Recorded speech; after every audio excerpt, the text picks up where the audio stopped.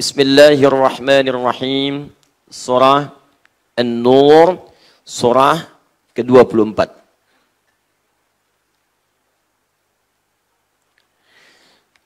Surah ini termasuk surah Madaniyah. Madaniyah. Jadi ada Makkiyah, ada Madaniyah. Makkiyah dan Madaniyah. Bismillah.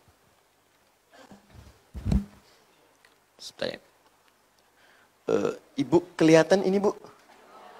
Belum, Bu. Belum saya tulis ya. Saya tulis dulu baru kelihatan ya. Sudah ada yang kelihatan sebelah sana. Imannya kuat sekali ya. Belum ditulis sudah kelihatan. Nah, ini Makki ya. Ada yang kedua, Madaniyah. Sabar ya.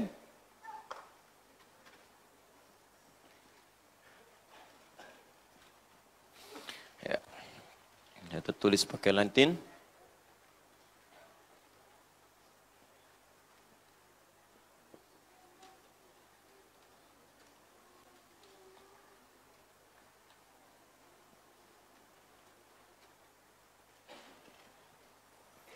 Makkiyah, ada Madaniyah.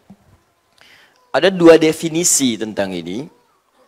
Pertama ada yang menyebutkan Makkiyah itu surah-surah atau ayat yang turun di Mekah. Definisi pertama, Makkiyah dari kata Mekah. Adapun Madaniyah, surah-surah atau ayat-ayat yang turun kemudian di Madinah. Jelas? Dari kata Madinah, dari kata Mekah, ditambah ya nisbah, ya yang diikutkan ke nama kotanya. Di Makkah, Makkiyah, yang turun itu kemudian di kota Mekah. Madaniyah yang turun itu di kota Madinah. Ini pengertian pertama. Yang kedua, dan ini yang lebih kuat, saya cenderung pada pendapat yang kedua ini. Makkiyah adalah ayat-ayat Al-Quran atau surah tertentu dalam Al-Quran yang diturunkan pada Nabi Muhammad SAW sebelum fase hijrah. Sebelum beliau berhijrah dari Makkah ke Al-Madinah Al-Munawwarah. Jelas? Baik. Sedangkan Madaniyah adalah ayat-ayat Al-Quran atau surah-surah tertentu dalam Al-Quran yang diturunkan oleh Allah Subhanahu wa Ta'ala setelah Nabi hijrah. Jadi kalau setelah hijrah itu artinya, ya walaupun itu turun di Madinah atau di Makkah setelah periode hijrah, maka masuk konteks Madaniyah. Ya, Nabi tinggal di Makkah untuk berdakwah dalam fase dakwah dimulai dari usia 40 tahun dengan turunnya surah itu, kemudian Iqra bismi rabbikal ladzi khalaq, kemudian Al-Mudaththir untuk berdakwah terang-terangan. Itu dakwah di Mekah selama 13 tahun. Jelas? Fase 13 tahun ini beliau hijrah ke Madinah. Dalam masa hijrah di Madinah ini kan beliau juga ke Uhud, ke Tabuk, ke Badar. Fathu Makkah kan sempat ke Mekah lagi untuk haji wada kan? Kemudian balik lagi kemudian ke Madinah.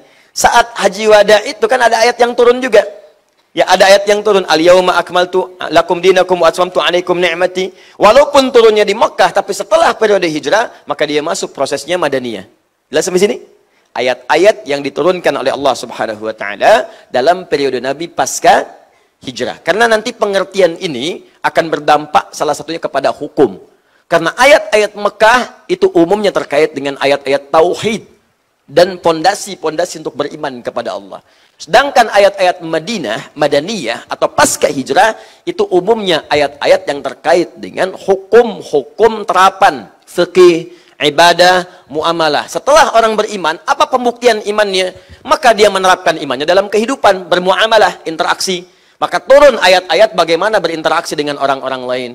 Maka orang beriman seringkali muncul kalimat iman di awalnya sebelum kita berinteraksi. Itu ayat-ayat Madinah ciri khasnya. Jadi kalau ayat-ayat Mekah ya ayuhan nas, ayat-ayat Madinah umumnya ya ayyuhalladzina amanu. Imannya dulu. Karena umumnya ayat yang turun setelah hijrah itu turun secara umum garis besarnya kepada orang-orang yang telah beriman. Kalau kamu sudah beriman mesti beda dengan yang belum beriman. Begini cara berinteraksi kamu. Karena itu Allah sering menyebutkan semua organ tubuh kita setelah beriman itu diawali dengan iman dulu. Untuk membedakan nih cara orang beriman berinteraksi dengan yang belum beriman. Contoh. Saya mulai misalnya dari mata nih, mata. Fungsi mata itu kan normalnya melihat kan? Melihat ya. Tapi setelah kita beriman, itu Allah menyebutkan imannya dulu, baru kepada fungsi matanya. Buka Quran surah ke-24, ini An-Nur yang sedang kita akan kaji. Ayat 30 untuk laki-laki, ayat 31 untuk perempuan. Kata Allah, "Qul lil mu'minina yaghuddu min absarihim." Katakan pada pria-pria yang telah merasa beriman, punya iman. Padahal mudah bagi Allah mengatakan misalnya fungsi mata itu melihat, selesai. Tapi yang paling menarik setelah beriman, imannya dulu disebutkan, baru fungsi matanya. Yaghuddu min absarihim. Kata Allah, matanya itu hanya akan dipakai untuk melihat yang baik-baik. Ghaddul basar itu memalingkan dari yang tidak baik. Kalau yang tidak baiknya dibuang, yang sisakan cuma baik ya kan? Baik, lawannya tidak baik. Memalingkan yang tidak baik, artinya kita hanya melihat yang baik. Ayat 31-nya untuk perempuan. Ya, wa qul lil mu'minati yaghdudna min absarihinna. Dan katakan pula pada perempuan-perempuan yang telah merasa punya iman. Itu indah sekali. Jadi bukan cuma laki-laki, perempuan juga begitu, semua sama. Kalau merasa punya iman, yaghdudna min absarihinna, palingkan dari yang tidak baik. Memalingkan dari yang tidak baik, artinya hanya yang baik saja yang boleh dilihat. Jadi bedanya orang beriman dengan yang belum ada iman dalam jiwanya, itu bedanya, imannya akan hadir mendorong pandangan dia untuk melihat yang baik saja. Jadi kalau kita benar-benar beriman kepada Allah, itu pasti iman kita akan menyuruh kita melihat yang baik. Saat kita melihat misalnya, Allah, ada hal yang tidak baik dan tergoda untuk melihatnya, ini menunjukkan ada masalah dalam imannya. Ada persoalan. Entah imannya lemah, atau iman bermasalah, atau imannya memang nggak ada dalam dirinya. Itu poinnya. Makanya coba tunjukkan kepada Allah bahwa kita ini memang beriman. Alhamdulillah. Tunjukkan. Jadi kalau ada tayangan yang tidak baik itu muncul di hadapan kita, itu diantara ujian dari Allah datang kepada kita untuk bisa menguji iman kita itu masih ada apa enggak.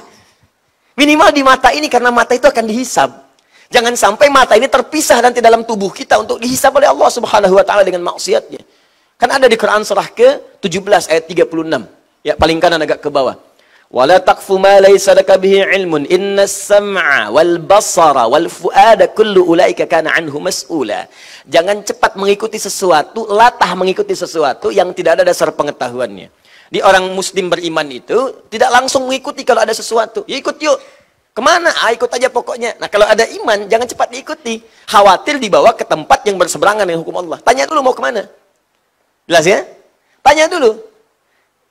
Inna sam'a, sungguh pendengaran itu, wal basara, penglihatan itu, wal fuada, dan akal, pusat penyaringan informasi, kullu ulaika kana anhu mas'ula, satu saat akan ditanya oleh Allah, dipertanggungjawabkan. Karena itu untuk membedakan mata orang beriman dengan yang belum beriman itu, maka mata orang beriman itu dipakai untuk melihat yang baik. Kalau bahasa tajamnya, saat Anda gunakan pandangan pada yang tidak baik, seakan-akan Allah menepikan iman dalam mata Anda itu. Kamu ini beriman enggak? Apa bedanya iman kamu dengan yang belum beriman kalau begitu? Saya turunkan ayat-ayat iman untuk menjaga kualitas kebaikanmu. Kamu pakai pada yang tidak baik, lantas apa bedanya kamu dengan mereka yang belum beriman? Tuh, itulah ayat Madaniyah, itulah ayat hijrah. Ya, jadi kalau orang sudah hijrah itu jadi baik. Itu cara memahaminya demikian. Kalau periode Mekah banyak yang belum baik karena menguatkan tauhid. Ya, banyak. Baru masuk Islam dulu, kuat dulu, bagus dulu, konsistensi dibangun dulu. Makanya ada yang mengatakan beriman, ketika kemudian tiba peristiwa Isra Mi'raj, ada yang goyah imannya, ada yang ragu-ragu dan sebagainya. Tapi ayat Madaniyah beda karena sudah hijrah. Kalau kita tarik ke konteks sekarang, orang hijrah itu komitmen jadi baik. Jadi kalau sudah hijrah kemudian masih mengerjakan yang belum baik, ada yang salah dalam hijrahnya. Cek teman-teman.